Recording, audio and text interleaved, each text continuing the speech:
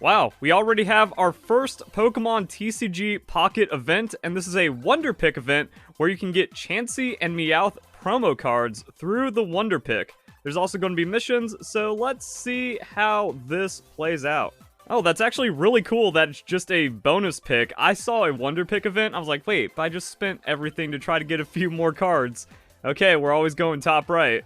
What do we get? I want, like, the event tickets, potentially, but that's the worst one you could get. Just one Wonder Pick Hourglass. Hey, but it counts towards events, too, so you get a Wonder Pick for your daily. Also, I've done 15 total now, and could have gotten a Chansey card, but that's not too crazy. The event missions are pretty basic and straightforward. You just get 2 of each card, so it's Meowth and Chansey picks, and then you get Wonder Pick 7 times. And if you're confused about anything, just click on the information, and it takes you right to the news. The app is pretty good at explaining everything that's going on in the game. It shows the cards that are available through the event, how the Chansey pick works, accessories you can buy with the event tickets, and then the shop. Items have been added. You can exchange event shop tickets, which you get from the events, for these items. And if you actually like look at these shop tickets, it just says like it's the event Meowth ticket. So it looks generic, but you have to click on it and you can see it in your inventory. So no, you don't want to save these. It's not like, oh, if I hoard 100 event shop tickets, I'll just buy out the event shop for something I want. No, these are specifically the Meowth ones, so then you can exchange those, and they will be deleted after the exchange period ends. And then from the same menu, we can go to the shop, and we can see what to exchange. So you get Meowth backdrop, cover, or frame, and you can spin that, and it says 19 days available, so you've got some time. It's not like, oh, exactly when the event period ends. Yeah, and the event period is going on for 2 weeks, so you have more than enough time to get some of these cards, and then the backdrops, and customize your Pokemon Pocket experience. Okay, now let's get into some gameplay. So, got 2 packs to open, pivoting off of Mewtwo, because I ended up just buying the Vaporeon I'm looking for to make my trash Vaporeon deck. So I spent some of those points, and now I need to get Sabrina, because Sabrina is just a busted supporter card, where like, oh, you can force a swap into an opponent and put them into a bad position. It's like the micro in how this like reduced format plays out is kind of crazy. And apparently there's a trick to opening packs that if you turn it sideways and there's a little bit of a fold or a crimp at the very top, that means there's a hit inside of the pack. And of course this is absolute bullshit, but that does not stop lies from being spread in the Pokemon community. Tried it a second time, got a regular trainer, and then even replies, never mind, it's not every time. Does seem to drastically increase the hit rates. It does absolutely nothing. I went 0-5 for hits and gave up, and then just like the inability to cope, that no matter how much something is proven wrong and all the fake leaks and stuff, these idiots just keep on coming back.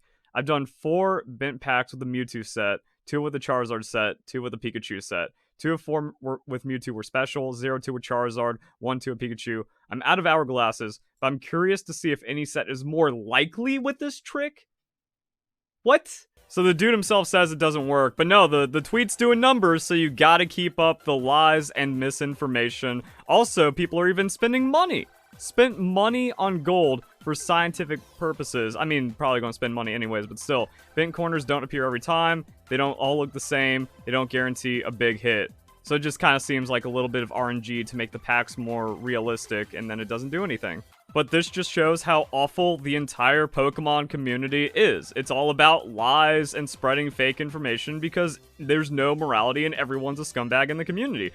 Instead of actually just like accepting, oh no, there's no difference in the packs, and also that's just how it works because there's offerings in the packs. The game has offering rates. They legally can't pull any shenanigans behind it. And if there's going to be like trading features and you can spend money for packs, having a secret way to guarantee rares or something, that has like a lot of fraud potential where it's like, oh, well, if you know only a couple people are told this private information, then they have access to exclusive content while there's paid services involved with the game.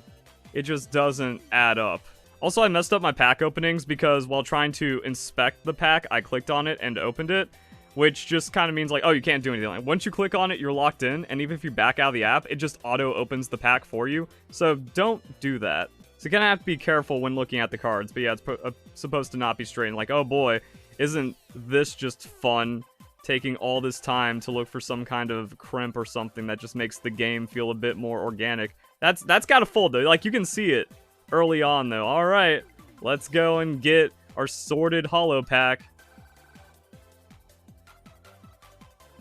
Neat. That's my third Greninja.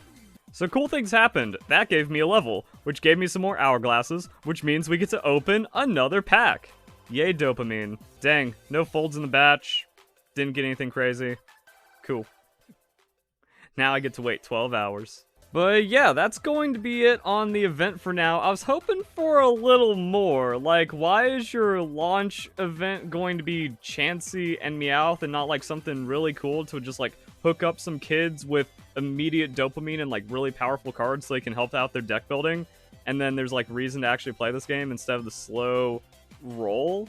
It's like there's gonna be enough whales supporting this game as well, and the more content you just keep pumping in constantly.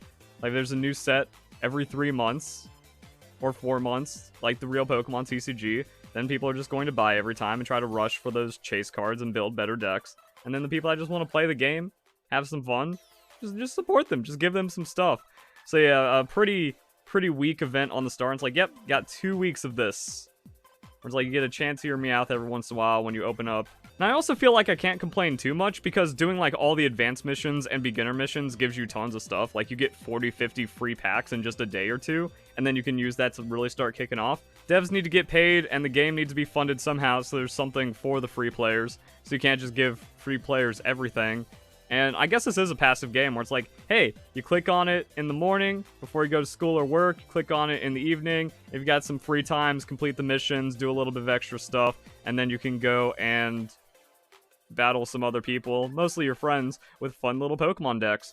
Problem is, that's not how the Pokemon community works. But I think for a game like this is like you actually have to spoon an incredible amount of stuff, or at least have offerings so people want to play the game more and get invested. Even like these little missions, it's like, okay, cool, I get some shop tickets for doing these solo battles and then I can't spend them on anything, where it's like, yo, if I can spend 100 shop tickets or a premium shop ticket to get like an EX pack that has like one randomized EX card in it, that's the dopamine that people want from some kind of collectible game. So like it seems pretty weak, and I feel like it's not even because the game just came out. Like, could have been just more offered for players to like get invested and then wait, because there's no burning yourself out when the core gameplay loop is barely playing to begin with. And then the first event isn't that crazy, and only 10 million people have downloaded this game so far, which actually isn't a lot when you think about the scale of Pokemon mobile games. So I'm a little disappointed. I'm going to keep playing, and hopefully it takes off, but I don't expect this game to actually go anywhere or do much. Maybe every set will give a little bit extra, but it just seems like nonsense. And then as we can see, just the complete brain rot of the Pokemon community and how they engage with this kind of stuff. Alright, let's get a Dragonite. Holy, the system works. I've broken the curse. Nice. Alright, that was just my 2 natural wonder picks thing, so I didn't even have to spend anything for that. Cool. I think that's a nice way to end the video. Hope you guys enjoy the video. Hope you all have a nice day. Thank you very much for watching.